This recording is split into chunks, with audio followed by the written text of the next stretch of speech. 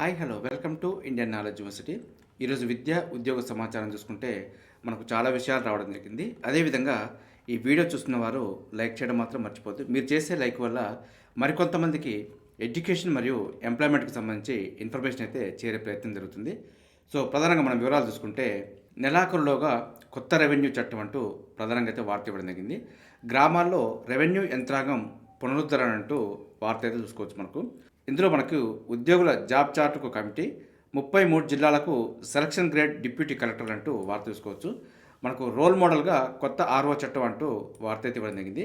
దీనికి సంబంధించి చూసుకుంటే మనకు మళ్ళీ వీఆర్ఓల సేవలు, ప్రతి రెవెన్యూ గ్రామానికి రెవెన్యూ అధికారి, కొత్త రెవెన్యూ చట్టం రాకముందే పునరుద్ధరణ అంటూ వార్త అయితే చూసుకోవచ్చు. సో, దీని కారణంగా మనకైతే దాదాపుగా ఒక 5,000 నుంచి 6,000 వరకు ఉద్యోగ అవకాశాలు అయితే ఏర్పడుతున్నాయి. సో, వీఆర్ఓ నుంచి మరొక నోటిఫికేషన్ అయితే రాబోతుంది. దీని గురించి నేను నిన్న కూడా వీడియోలో ప్రత్యేకంగా చెప్పడం జరిగింది. మొత్తం 10,500 పోస్టులకు గాను 5,000 అయితే డైరెక్ట్ రిక్రూట్మెంట్ ద్వారా వీఆర్ఓలను అయితే నియామకం చేయడం జరుగుతుంది. మిగిలిన 5,000ను గతంలో ఉన్న వీఆర్ఓల నుంచి కానీ లేదంటే డిప్యూటేషన్ల పైన కానీ తీసుకోవడం జరుగుతుందంటూ మనకి ఇవ్వడం జరిగింది. కొత్తగా మనకు 5,000 వరకు వీఆర్ఓ పోస్టులు అయితే రాబోతున్నాయి. ఎవరైతే ప్రిపరేషన్లో ఉన్నారో దీనికి సంబంధించి కూడా చూసుకునే ప్రయత్నం చేయండి. అదేవిధంగా నేటి నుంచి ఎడ్సెట్ స్పెషల్ ఫేజ్ కౌన్సిలింగ్ అంటూ మరొక వార్త చూసుకోవచ్చు. 11న సీట్ల కేటాయింపు, 14 నుంచి 17 వరకు రిపోర్టింగ్కు అవకాశం. 2 ఏళ్ల బీఈడీ కోర్సులో భారీగా సీట్లు మిగలడంతో మరో విడత కౌన్సిలింగ్ షెడ్యూల్ను అధికారులు విడుదల చేశారు. ఎడ్సెట్ స్పెషల్ ఫేజ్ కౌన్సిలింగ్ నేటి నుంచి ప్రారంభం కానుందంటూ ఇవ్వడం జరిగింది. సోమవారం రిజిస్ట్రేషన్ చేసుకునే అవకాశం ఉండగా మంగళవారంలో వెబ్ ఆప్షన్లు ఎంచుకోవచ్చు. 8న వెబ్ ఆప్షన్లను ఎడిట్ చేసుకోవచ్చు. 11న సీట్లను కేటాయింపు ఉంటుంది. 14 నుంచి 17 వరకు కళాశాలలో రిపోర్టు చేయాలంటూ అధికారులు అయితే పేర్కొనడం జరిగింది. ఇదైతే మనకు ఫైనల్ ఫేజ్ అని చెప్పుకోవచ్చు. ఎవరైతే అకాడమిక్ ఇయర్ చేయకుండా ఖాళీగా ఉంటున్నారో, ఎవరైతే కాంపిటేటివ్కి సంబంధించి ప్రిపరేషన్ ఉంటారో వారైతే బీఈడీ చేయాలని చెప్పి నేనైతే చెప్పడం జరుగుతుంది. ఎందుకంటే మీకు ఏదేని రోజు గవర్నమెంట్ జాబ్ కనుక మిస్ అయి ఉంటే మీరు గతంలో చేసిన పీజీలో కానీ గతంలో చేసిన డిగ్రీలో కానీ స్కిల్స్ అనేది లేనప్పుడు మీకు బయట ఉపాధి మార్గం అయితే చాలా తక్కువగా ఉంటుంది. సో, కాబట్టి బీఈడీ చేసి ఉంటే అట్లీస్ట్ ఏదో ఒక ప్రైవేట్ స్కూల్లో చెప్పుకొని జీవనోపాధి గడుపుకోవడానికి అయితే అవకాశం ఉంటుంది. సో, బీఈడీ అయితే చేసే ప్రయత్నం చేయండి. అదేవిధంగా 9న కొత్త టీచర్లకు నియామక పత్రాలు అంటూ మరొక వార్త కూడా ఇవ్వడం జరిగింది. సాయంత్రం 4 గంటలకు ముఖ్యమంత్రి చేత అందజేత, నేటి సాయంత్రంలోగా కలెక్టరేట్లకు ఎంపిక జాబితాలు, పాల్గొననున్న 10,000 మందికి పైగా అభ్యర్థులు అంటూ వార్త అయితే ఇవ్వడం జరిగింది. జిల్లాల వారీగా ప్రత్యేక కౌంటర్లు, టెలికాన్ఫరెన్స్లో సిఎస్ శాంతికుమార్ వెల్లడి అంటూ ఇవ్వడం జరిగింది. సో, మొత్తానికైతే మనకు ఈ నెల 9న డిఎస్సిలో ఎంపికైన అభ్యర్థులకు ఈ నెల 9న ఎల్బీ స్టేడియంలో ముఖ్యమంత్రి చేతుల మీదుగా నియామక పత్రాలు అయితే అందజేయనున్నారు. పోస్టింగ్ ఆర్డర్లకు ఆలస్యం అంటూ వార్త కూడా ఇవ్వడం జరిగింది.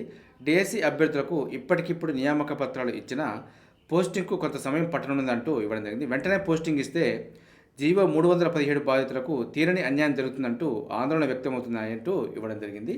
సో, డిఎస్సి ఉద్యోగాల ఎంపిక ప్రక్రియలో దివ్యాంగ కోటా అభ్యర్థులు తీవ్ర అభ్యంతరాలు వ్యక్తం చేస్తున్నారు. మెడికల్ బోర్డును నియమించకుండా, సర్టిఫికెట్ వెరిఫికేషన్ నిర్వహించకుండా ఇష్టారీతన చేస్తున్నారంటూ అభ్యర్థులు అయితే మండిపడుతున్నారు. గురుకుల బోర్డు అదేవిధంగా టీజీపీఎస్సీ తరహాలో పకడ్బందీగా వెరిఫికేషన్ చేపట్టడం లేదంటూ ఆరోపిస్తున్నారంటూ ఇవ్వడం జరిగింది. మెడికల్ బోర్డును నియమించి పరీక్షలు నిర్వహించిన తర్వాతే దివ్యాంగుల కోటా ఉద్యోగాలను భర్తీ చేయాలంటూ తెలంగాణ సమీకృత వికలాంగుల సంఘం అయితే పేర్కొనడం జరిగింది. సో, ఏదేమైనప్పటికీ పోస్టింగ్ ఆర్డర్లకైతే మరికొంత సమయం పట్టే అవకాశం ఉందంటూ ఇవ్వడం జరిగింది. సో, దీనిపైన ఏ అప్డేట్ ఇచ్చినా మీకు వెంటనే చెప్పే ప్రయత్నం చేస్తాను.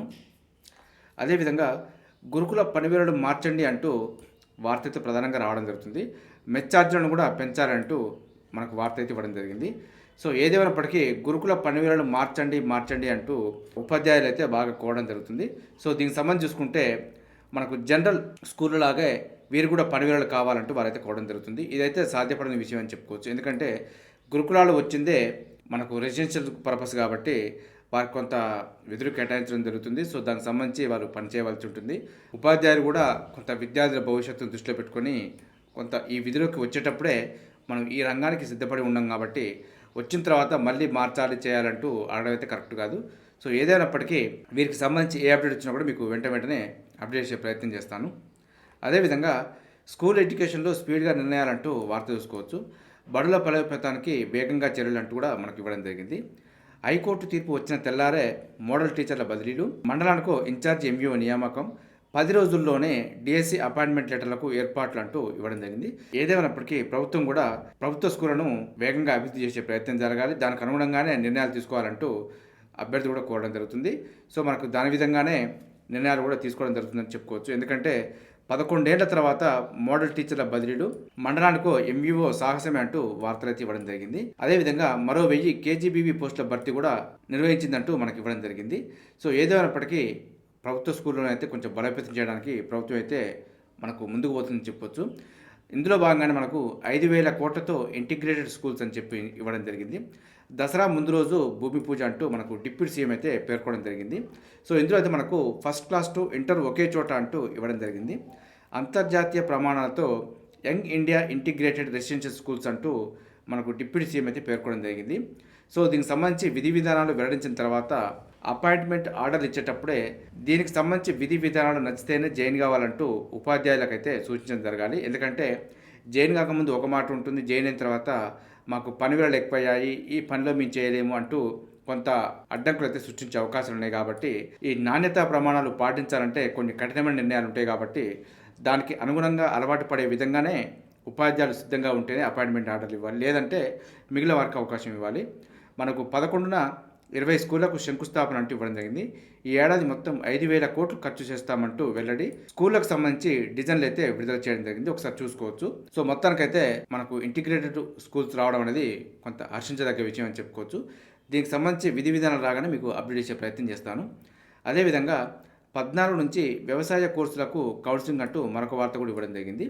ప్రొఫెసర్ జయశంకర్ తెలంగాణ వ్యవసాయ విశ్వవిద్యాలయం, అదేవిధంగా పివి నరసింహారావు తెలంగాణ వెటర్నరీ విశ్వవిద్యాలయం, అదేవిధంగా శ్రీ కొండా లక్ష్మణ్ తెలంగాణ ఉద్యాన విశ్వవిద్యాలయం అందిస్తున్న బీఎస్సీ ఆనర్స్ అగ్రికల్చరు, అదేవిధంగా BSc honours community science, BTech food technology, bachelor of veterinary science and animal husbandry, అదేవిధంగా bachelor of fishery science, BSc honours horticulture కోర్సులలో 2024-25 విద్యా సంవత్సరానికి ప్రవేశాల కోసం అయితే మొదటి దశ కౌన్సిలింగ్ అయితే ఈ నెల 14 నుంచి 19వ తేదీ వరకు నిర్వహిస్తామంటూ వ్యవసాయ విశ్వవిద్యాలయం అయితే పేర్కొనడం జరిగింది. ఇందుకు తెలంగాణలో ఈఏపీ సెట్ 2024 పరీక్షలో అర్హత పొంది ఆన్లైన్లో దరఖాస్తు చేసుకున్న అభ్యర్థులు వారి ర్యాంకు ఆధారంగా నిర్ణీత షెడ్యూల్ రోజు కౌన్సిలింగ్కు హాజరు కావాలంటే అయితే మనకు సూచించడం జరిగింది. కౌన్సిలింగ్కు అభ్యర్థులు షెడ్యూల్లో పేర్కొన్న అన్ని ఒరిజినల్ సర్టిఫికెట్లు నిర్ణీత రుసుముతో రావాలంటూ కోరడం జరిగింది. కౌన్సిలింగ్ రోజే ఒరిజినల్ సర్టిఫికేట్ పరిశీలన నిర్వహిస్తారంటూ నాకు సూచించడం జరిగింది. కౌన్సిలింగ్లో ఎంసెట్ పరీక్షలో అభ్యర్థుల మెరిట్ రూల్ ఆఫ్ రిజర్వేషన్ ప్రకారం సీట్లు కేటాయిస్తారు. కౌన్సిలింగ్ షెడ్యూల్ ఇతర వివరాల కోసం అయితే మనకు అఫీషియల్ వెబ్సైట్ pjtsau.edu.in లో చెక్ చేసుకోవచ్చు. అదేవిధంగా మనకు ఐఐటీలో ప్రవేశానికి మార్గాలు ఎన్నో అంటూ మరొక వార్త కూడా చూసుకోవచ్చు. అందరికీ ఐఐటి జేఈ అడ్వాన్స్డ్ మాత్రమే ఐడియా ఉంటుంది, ఇంటర్మీడియట్ తర్వాత బీటెక్ అవకాశం ఉంటుందని చెప్పుకోవచ్చు. కానీ అది కాకుండా కూడా మనకు ఐఐటీలో అడ్మిషన్స్ కోసం అయితే దాదాపుగా మనకు 5 ఎంట్రన్స్ అయితే ఉన్నాయి.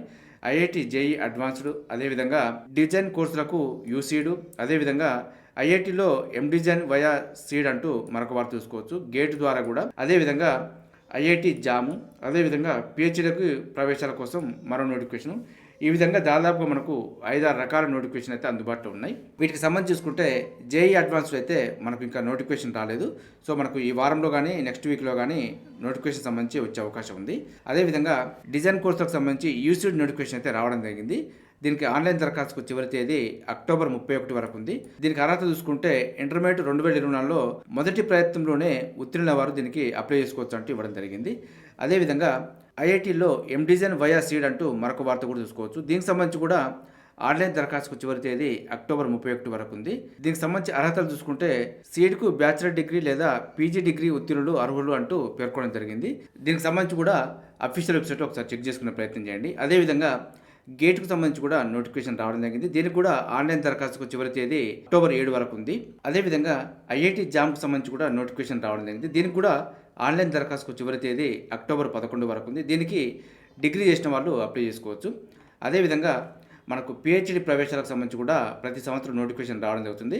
సో ఎవరైతే నెట్, సెట్, అదేవిధంగా జేఆర్ఎఫ్ ఇవి ఉంటాయో వారైతే అప్లై చేసుకోవచ్చు. దీనికి సంబంధించి మనకు ప్రతి ఐఐటి కూడా సపరేట్గా ఎంట్రన్స్ అయితే కండక్ట్ చేయడం జరుగుతుంది. సో దాని ద్వారా కూడా మనం అడ్మిషన్ పొందే అవకాశం ఉంటుంది. సో ఈ విధంగా మనకు ఐఐటీలలో దాదాపుగా 5 రకాల ఎంట్రన్స్ కూడా అందుబాటులో ఉన్నాయి. ఒకసారి చూసుకొని మీరు ఒకసారి ఏదైనా ఎంట్రన్స్ ద్వారా ఐఐటీలో అడ్మిషన్ మిస్ అయితే మిగిలిన వాటి ద్వారా కూడా మీరు అడ్మిషన్ పొందే అవకాశం ఉంది. సో ఐఐటీలో చదువుకోవడం అనేది కొంతమందికి డ్రీమ్ ప్రాజెక్ట్ అని చెప్పుకోవచ్చు.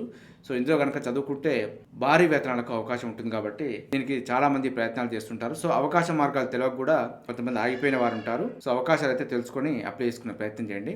అదేవిధంగా 60,000 ఉద్యోగాలు భర్తీ చేశామంటూ వార్త అయితే ఇవ్వడం జరిగింది.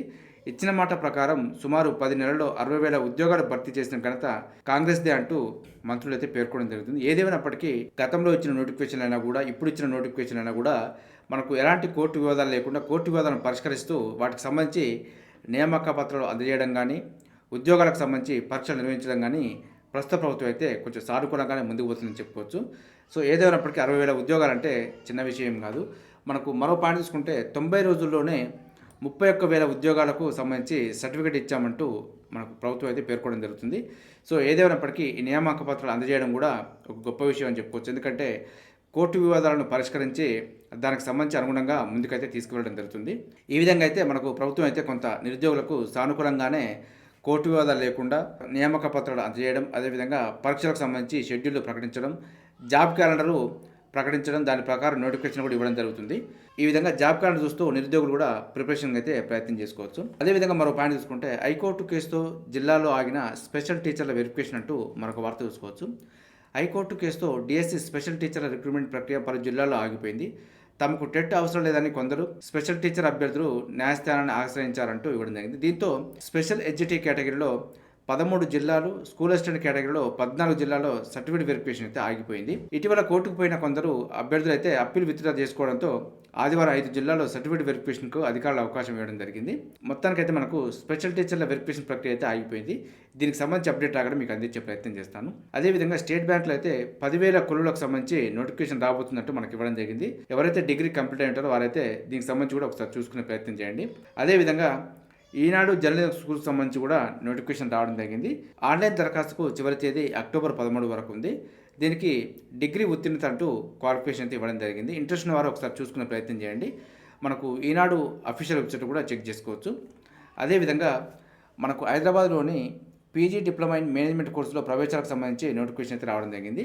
దీనికి బ్యాచిలర్ డిగ్రీలో అగ్రికల్చర్ లేదా అగ్రికల్చర్ సైన్సెస్ ఉండాలంటూ ఇవ్వడం జరిగింది. ఆన్లైన్ దరఖాస్తుకు చివరి తేదీ 2025 ఫిబ్రవరి 10వ తేదీ వరకు ఉంది.